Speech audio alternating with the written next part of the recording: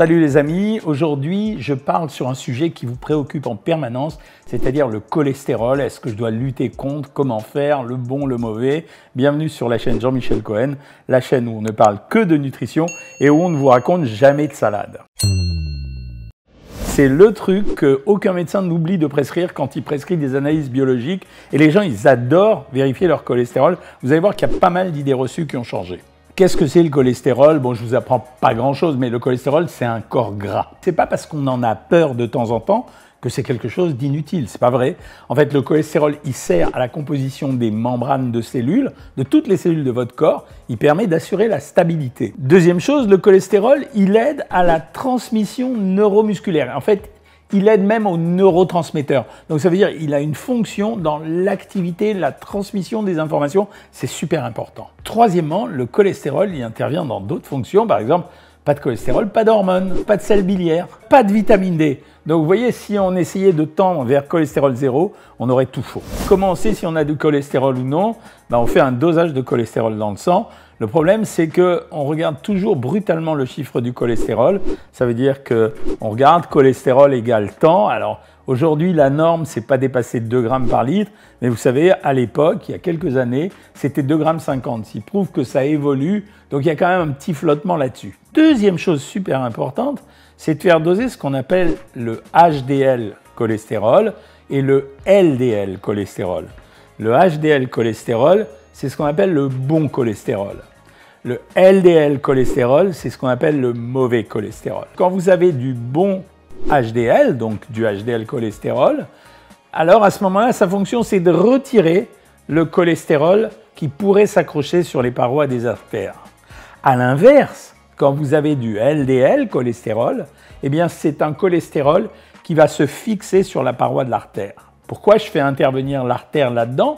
C'est parce que ce qu'on craint avec les affaires de cholestérol, ou quand quelqu'un a du mauvais cholestérol, ce qu'on craint essentiellement, c'est qu'il bouche ses artères. Et quand vous bouchez vos artères, vous empêchez le sang d'arriver jusque là où il doit arriver.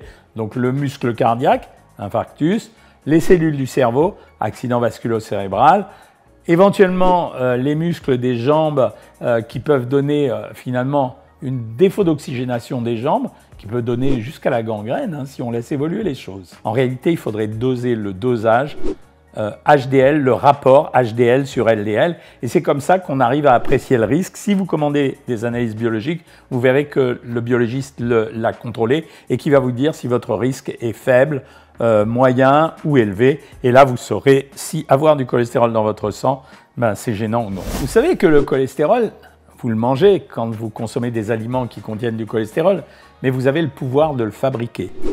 Et en fait, ce pouvoir, il s'exerce dans 2 organes, les intestins et le foie. Et justement, le foie, c'est celui qui en fabriquera le plus, mais c'est aussi celui qui peut en dégrader le plus.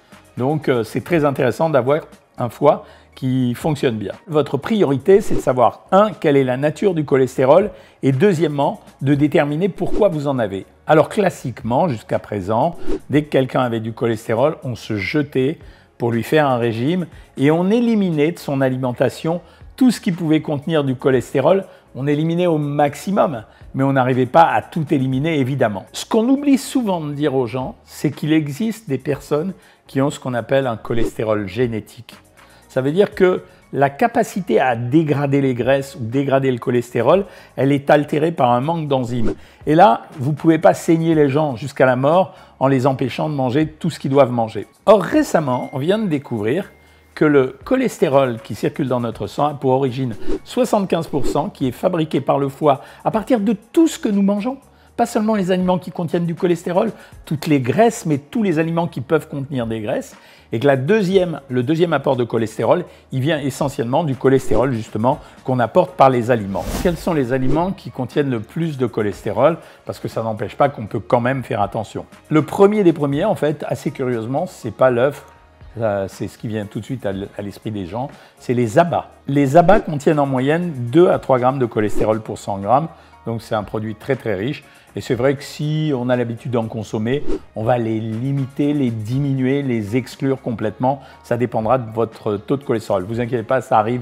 Je vous parle des statines dans pas longtemps. Le deuxième aliment, c'est effectivement le jaune d'œuf. En moyenne, c'est 225 mg pour un jaune d'œuf. Donc si vous en prenez régulièrement, c'est vrai que vous avez un apport de cholestérol, mais vous allez voir que je vais le pondérer un peu plus tard. Le troisième apporteur de cholestérol, c'est les charcuteries.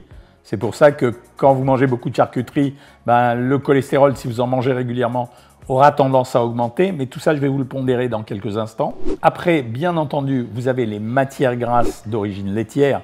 Ça veut dire que vous allez en trouver dans les fromages, dans les produits laitiers particulièrement gras, y compris la crème fraîche, mais aussi certains yaourts ou certains fromages blancs qui sont à 40% de matière grasse, ce qui représente également des graisses apportant du cholestérol. Plus étonnant, on en trouve dans la tête des crustacés, mais il faut reconnaître qu'on n'en mange pas tous les jours. Sauf que ce que je voulais vous dire, et ce qui est vraiment important aujourd'hui, c'est que jusqu'à présent, dès qu'il y avait du cholestérol, on se jetait sur les régimes, y compris c'est des gens qui n'avaient pas de problème de poids. Alors quand il y a un problème de poids, ça vaut le coup de se jeter sur les régimes.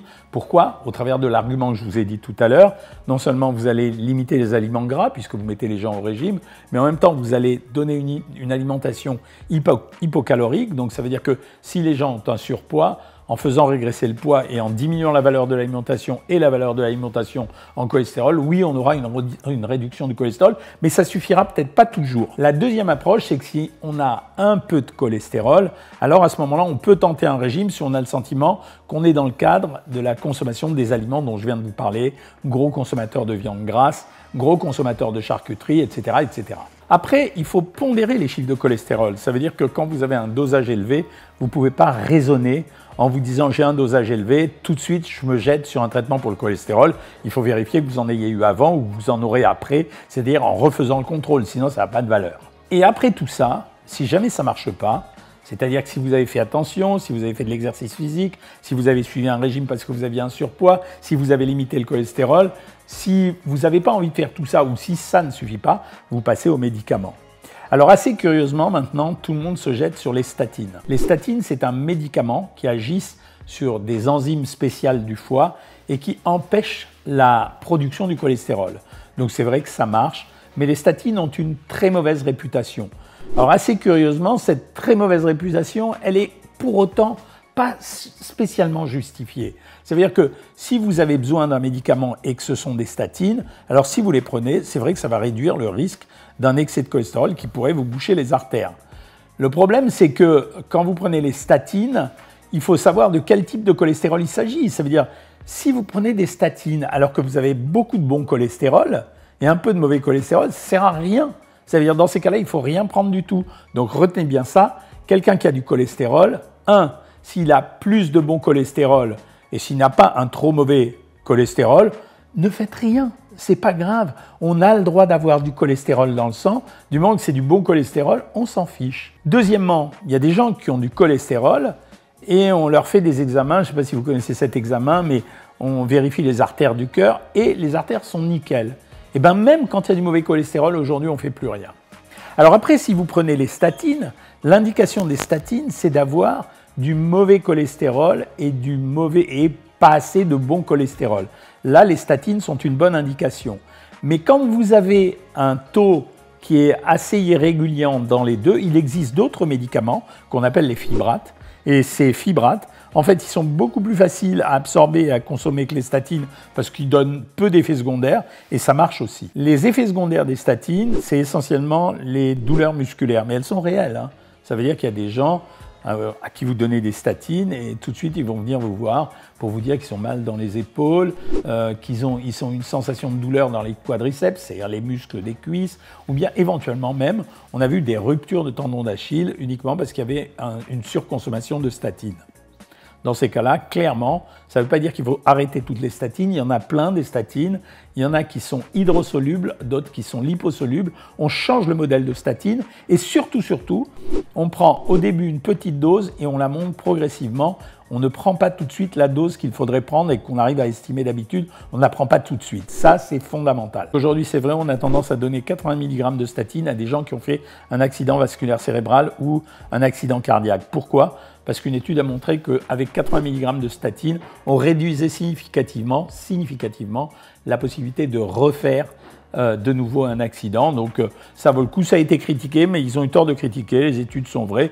Après, bon, c'est comme ça, ça se dit, la rumeur enfle, les statines ont mauvaise réputation, mais il y a des moments où on en a besoin.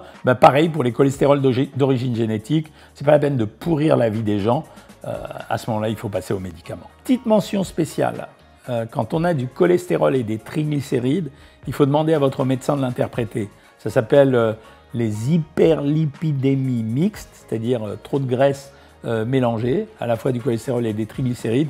Le traitement, il relève pas du tout des statines. Dans ces cas-là, vous êtes obligé de prendre un autre type de médicament. Bon, c'est les fibrates toujours, et ça s'appelle le Lipentil. Enfin, dernière chose, ne confondez jamais les triglycérides avec le cholestérol, mais les triglycérides, c'est aussi dangereux que le cholestérol. Ça justifiera une autre vidéo. J'espère que je vous ai appris plein de choses. Si vous avez aimé, vous likez, vous vous abonnez, vous faites des commentaires, vous me proposez des vidéos différentes. Et moi, je vous dis à bientôt les amis.